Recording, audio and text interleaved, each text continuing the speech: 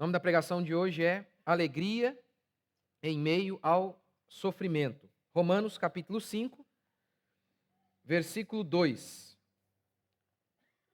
Por intermédio de quem obtivemos também acesso pela fé a esta graça, na qual estamos firmes. E nos gloriamos na esperança da glória de Deus.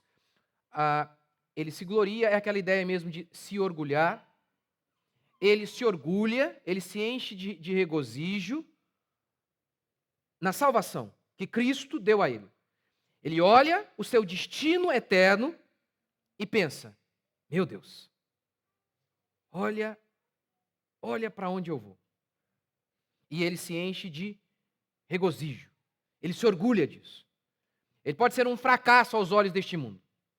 Ele pode estar como Lázaro, se alimentando das migalhas que caem do rico. Ele pode estar purulento. Os animais lambem suas úlceras. Mas ainda assim o crente, ele tem orgulho, ele pode encher o peito de orgulho. Por quê? Ele se gloria na glória de Deus, ele se gloria na eternidade, ele sabe, esta vida é passageira. Tudo aqui é insignificante e vai ficar aqui. Tudo mesmo. Mas eu sou imortal, eu sou eterno. E ele se gloria nisso. Isso o enche de ânimo, obviamente. Mas ele continua. Verso 3. E não somente isso, mas também nos gloriamos nas tribulações. Tribulação é um sinônimo de aflição. A palavra em grego dá a ideia de pressionar você. Pressionar. Então, aflição e sofrimento. Tribulação, sinônimo de sofrimento e aflições. Não somente isso, mas também nos gloriamos nos sofrimentos. Nos enchemos de orgulho porque estamos sofrendo. Ora, dizer que você se enche de orgulho em saber que você será imortal, que o seu corpo será livre de todo o pecado, que você será exatamente como Cristo Jesus, faz todo o sentido do mundo, muito rapidamente. Mas ele diz isso, ó, a gente se gloria também no sofrimento. Faz todo o sentido dizer, eu encho meu peito de orgulho, porque um dia o meu corpo será revestido de glória, a minha alma será completamente cheia de Deus, e eu estarei com Cristo por toda a eternidade. Normal encher o peito e ficar orgulhoso com esse cenário. Mas ele diz, eu me glorio na aflição. Parece meio estranho, porque eu encho o peito no dia da humilhação. Seria mais ou menos isso.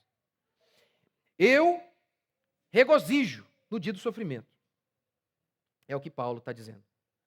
Sabendo que a tribulação produz perseverança e a perseverança, aprovação. Na versão revista e atualizada tem experiência. E aqui aprovação, acho que está maravilhosamente bem aí nas duas, mas acho que essa aqui ainda retrata melhor o termo em grego. Aprovação.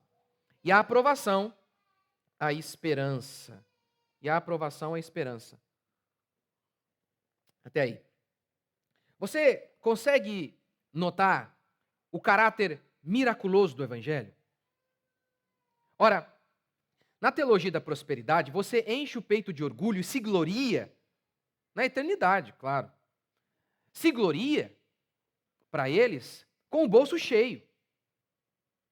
Se gloria ao ter algum tipo de êxito e sucesso aqui, neste mundo. Mas aqui, Paulo está falando algo que vai na contramão do pensamento humano natural. Ele diz que ele enche o peito mesmo quando ele está humilhado. Ele diz que ele sente orgulho mesmo diante dos sofrimentos, que ele se gloria em relação, inclusive, aos sofrimentos. Ora, é realmente espetacular. A primeira cena que me vem aqui, ao pensar neste texto, é aquele cenário dos apóstolos, dos discípulos, que, sendo perseguidos, eles se alegraram. Olha o que declara o texto. Está saindo aí? Vou ler para vocês. Atos 5:40. Chamando os apóstolos, açoitaram-nos e ordenaram-lhes que não falassem em o nome de Jesus. E aí o soltaram. Açoitaram. Lembra que Jesus foi torturado? Recebeu vários açoites? Eles receberam. E eles se retiraram do sinédrio regozijando-se, por serem considerados dignos de sofrer. Ou seja, os discípulos, você encontrou os discípulos na rua e eles vinham cantando alegres, com o peito cheio, cabeça erguida, cheios de orgulho. Aí você pergunta: o que aconteceu? Ganharam alguma coisa? Não, a gente levou uma surra. Você não sabe. Mas como vocês estão assim, se sentindo tão bem, vitoriosos, cabeça erguida? Como assim? O que acontece? Nos gloriamos nos sofrimentos. Porque aqui, neste mundo caído, uma das evidências que nós somos de Deus é que seremos perseguidos. E aí eu entro no meu primeiro princípio, que não está aparecendo para vocês. A tribulação é uma evidência da salvação. A tribulação é uma evidência da salvação. É comum ouvir de alguns cristãos, alguns não, todo cristão acho que passa por essa tentação. A tentação é: eu estou sofrendo, será que sou crente? Será que eu sou de Deus? Porque como posso estar passando o que eu estou passando e ser de Deus? Isso é muito interessante porque na Bíblia é o contrário. É o contrário. Em Timóteo 3:2, Paulo diz: ora, todos aqueles que querem viver piedosamente em Cristo Jesus serão perseguidos. Em Lucas 6:26, Jesus disse: ai de vós quando todos vos louvarem, quando todos baterem palma para vocês, porque assim procederam com os falsos profetas. Ou seja, fiquem felizes quando vocês forem perseguidos. Jesus disse: ai de vós quando todos vos louvarem, porque assim procederam seus pais com os falsos profetas. Ou seja, ele está dizendo: fique preocupado quando o mundo soltar confetes para você. O normal é que o mundo persiga você. Aí, então, é uma evidência de que você é meu discípulo. Quando você sofrer por amor ao meu nome. Bem-aventurados os perseguidos por minha causa. Paulo aqui, no verso 1 de Romanos 5, ele diz que nós somos salvos. E ele diz: nos gloriamos nessa salvação, na glória eterna. Nos gloriamos nela. Aí logo em seguida ele diz, ele acaba de afirmar: eu sou salvo. Eu sou salvo. Eu me glorio na salvação. No verso seguinte ele diz: eu me glorio nos meus sofrimentos. Ou seja, essa ideia maligna que passa muitas vezes na nossa cabeça de achar que estamos sofrendo, por isso não somos de Deus, já é sepultada definitivamente aqui neste versículo. E ele diz: o sofrimento, ele produz perseverança e aprovação. A palavra em grego aqui, o dicionário da Strong traduz esse significado mesmo. Aprovado, caráter aprovado, um exemplar de valor comprovado. Por isso a versão Almeida século 21 traz assim: aprovado. A tribulação produz perseverança, que produz aprovação. A ideia é a seguinte: sabe quando que a gente é aprovado diante de Deus? Por meio dos sofrimentos. A prova do crente, quando ele conclui seus estudos, é quando ele passa pelas dificuldades de cabeça erguida, sem que a sua fé naufrague. Pelo contrário, ela é fortalecida em meio aos sofrimentos. E você nota isso muito claramente na vida de Jó, lembra? O diabo vem falar: mas ele tem tudo porque ele não sofre. Aí é fácil. Ele tem tudo. Desculpa, ele não nega porque ele tem tudo. Por isso ele está aí, ele parece ter uma fé genuína. Tem nada. Tem nada. Ele está assim porque o Senhor o suborna. O Senhor lhe cerca Jó de muitas e muitas benesses, muitos benefícios. Por isso ele é assim. Mas retire todos os seus prazeres, todas as suas glórias, seus filhos, seus bens, sua saúde, e aí você vai ver se ele não vai blasfemar na cara. E aí, Jó é aprovado. Jó, em meio ao sofrimento, ele mantém a sua fé. A tribulação produz perseverança, que produz aprovação. Na versão revista atualizada traz experiência, né? a ideia de realidade. Lembra que Jó diz, no fim da vida, no fim de sua prova? Antes, Deus, eu te conhecia de ouvir falar, agora os meus olhos te veem. É como se a tribulação produzisse experiência, realidade. É isso que a tribulação faz. Como disse R.C. Sproul, a tribulação gera músculos na sua alma. Músculos. Nos gloriamos nas tribulações porque o reino dos céus e o sofrimento são inseparáveis. O reino dos céus e o sofrimento são inseparáveis. Em Atos capítulo 14, versículo 22, é dito assim: e mostrando que através de muitas tribulações importa entrar no reino. É por meio das tribulações que entramos no reino de Deus. É por meio dos sofrimentos que Deus molda o nosso caráter. É por meio das inúmeras dificuldades que Deus nos quebranta. A gente canta uma música aqui, que principalmente em inglês, ela dá a seguinte noção, de que nós somos como se fosse a uva que é pisada no lagar. O cara pisa, a uva, e dali então sai o suco. A ideia da música é essa, que por meio do sofrimento nós somos esmagados. Esmagados e esmagados. E dali sai o novo homem. Dali sai uma nova vida. Dali sai a virtude. Por meio do sofrimento. Das dificuldades. Das dificuldades. Tiago 1,12 chega a dizer: meus irmãos, tende motivo de toda alegria o passardes por várias tribulações. Fiquem felizes quando vocês chorarem. Seria basicamente isso. Bem-aventurado é Macarios em grego e significa feliz, abençoado. Jesus diz: felizes os que choram. Felizes. Que bênção.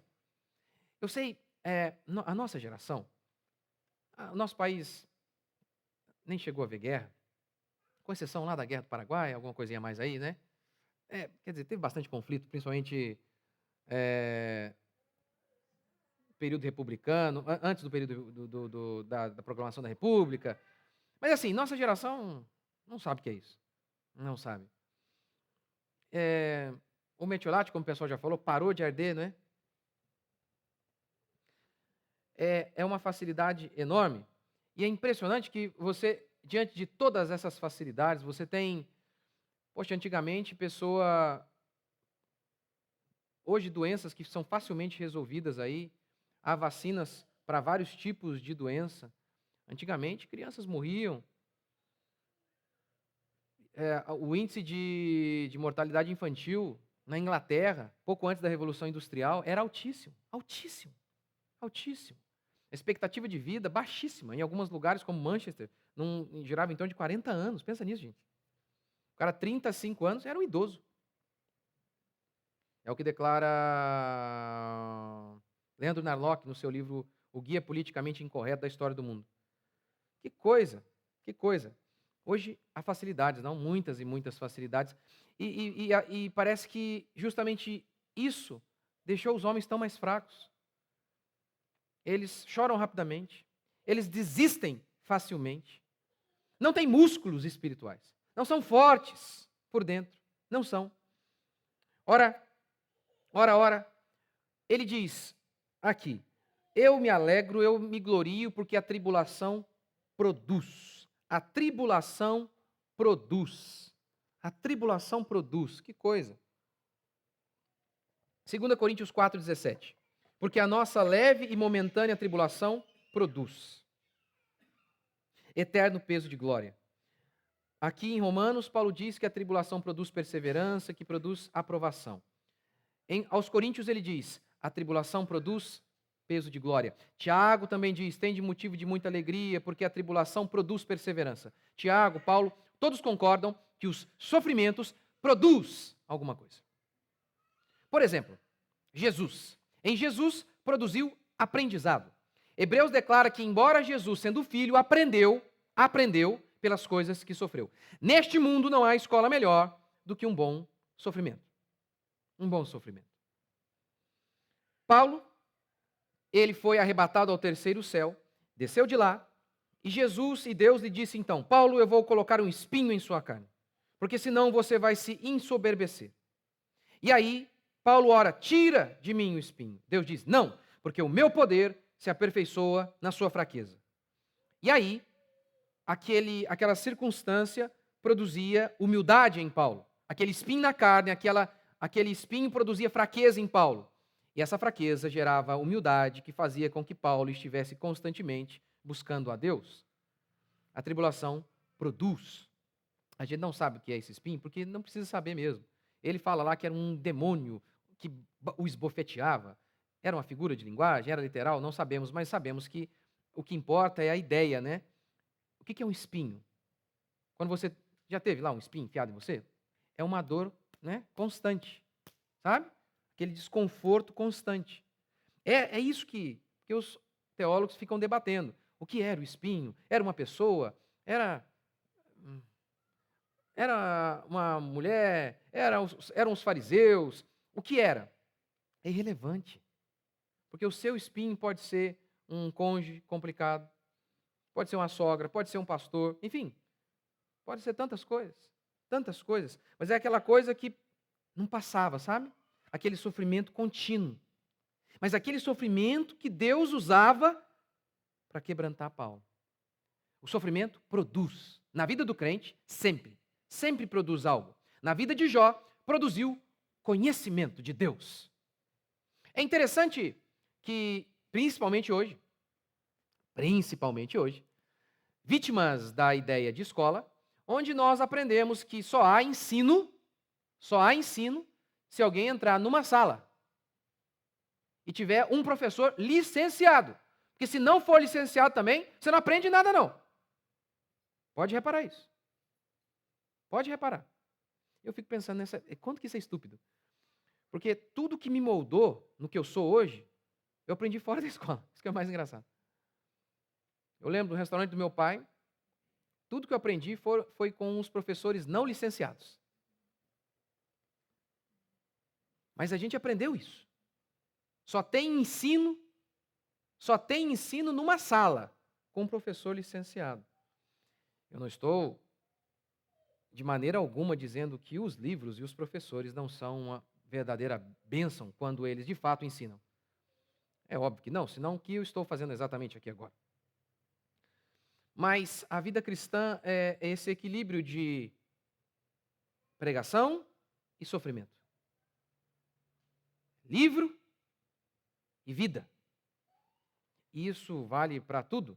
Porque note como se dava o conhecimento lá em Israel. Deuteronômio. Pais, ensinem a escritura aos seus filhos, assentados em casa. No caminho. E quando eles se deitarem e quando eles se levantarem. Notou aqui o padrão bíblico do que é ensino? Você viu que é totalmente o oposto do que é considerado ensino hoje? Primeiro, a presença marcante do pai aqui, ó. O pai está andando com o menino, o pai está sentado com o menino, o pai está dormindo com o menino. Viu? Viu que não há educação hoje, então? Pelo menos não na perspectiva bíblica? Praticamente não existe. Onde que o menino vai para a escola, o pai já saiu, a mãe já saiu, não tem ninguém em casa. Talvez foi o vizinho que levou o menino pro ônibusinho lá, para a van que vai levar o menino para a escola. Aí quando a mãe chega em casa, que menino o quê? Ela está cansadérrima. Está vendo então aqui que o ensino é um estilo de vida? Está acontecendo o tempo todo? E aqui Paulo vai além e diz, sofrimento. O quanto que o sofrimento molda. O quanto que o sofrimento quebranta. Você tem que ouvir as pregações sobre humildade, mas quem dera, como eu gostaria que você, ao ouvir a minha pregação aqui, saísse humilde. Como eu gostaria. Infelizmente não é assim. Não é. Você pode até ouvir a pregação e ela entra no seu coração, a palavra de Deus ela não volta vazia, ela fica ali. Mas ela é uma semente. E sabe o que é a água que vai regá-la? A dor. A dor e o sofrimento. Sem semente não adianta nada a água, não é? Não adianta. É o caso dos ímpios. No caso dos ímpios, o sofrimento não produz nada. É só água mesmo. É só o juízo de Deus sobre eles. Na vida do crente, não. Na vida do crente, o sofrimento é a água que faz com que essa semente floresça, se desenvolva. É interessante porque a perspectiva hoje é totalmente diferente. E veja se eu não estou certo. Olhe para como os homens têm sido ensinados e veja se eles têm aprendido alguma coisa. Não têm aprendido nada. Hans Christian Andersen, que escreveu O Patinho Feio, O Rei Está Nu, A Rainha de Neve, que inspirou Frozen. O cara é um gênio. Era um gênio. Escreveu mais de 150 contos. Mais de 150 contos. Ele diz o seguinte, na sua biografia. Ele era garotinho, tinha menos de 14 anos. E ele falou para sua mãe, eu quero ir para Copenhague. Eu quero ir para lá. Ele morava numa cidadezinha minúscula na Dinamarca. Eu quero ir para Copenhague. E ele disse, eu serei famoso. Eu serei famoso. E ele falava para sua mãe, olha, mãe, eu li a história de homens extraordinários. E eu notei uma coisa. E aí ele disse assim, essas pessoas que fizeram coisas extraordinárias, a princípio, elas têm uma imensa adversidade a enfrentar. E então, serão famosas. É óbvio que eu não estou concordando com ele aqui na ideia de fama. Para mim, aqui, ele está pecando. Homens de Deus não desejam ser famosos. Isso é soberba da vida. Não é pecado ser famoso, mas é pecado desejar ser. Homens de Deus não fazem isso. Aqui, na minha opinião, ele está errado. Mas, de qualquer maneira, ele acertou ao falar. Esses homens extraordinários que fizeram grandes coisas, a princípio, eles tiveram uma vida muito difícil. A de Andersen foi muito difícil. Muito difícil. Como eu já contei para vocês aqui alguns cultos, ele era tão pobre, que a casa dele tinha apenas 3 móveis. E esses 3 móveis, ele diz, enchiam a casa inteira. 3 móveis. Pouquíssimos livros. Alguns dizem que ele tinha apenas 2 livros. Uma Bíblia e 1001 Noites. Deve ser, afinal de contas, alguém que é tão pobre. Em 1810, mais ou menos. Ele nasce em 1805. Alguém que é tão pobre. Se hoje é caro o livro, imagine naquela época. Imagine naquela época. Aos 11 anos, seu pai morreu. A mãe dele era tão pobre, que o pai dela havia ordenado que a menina saísse para mendigar. Mas ela era tão tímida que ela não conseguiu e ficou debaixo de uma ponte chorando o dia todo. Nesse contexto, esse cara saiu. A avó dele o levava para o manicômio. E ele diz, esse manicômio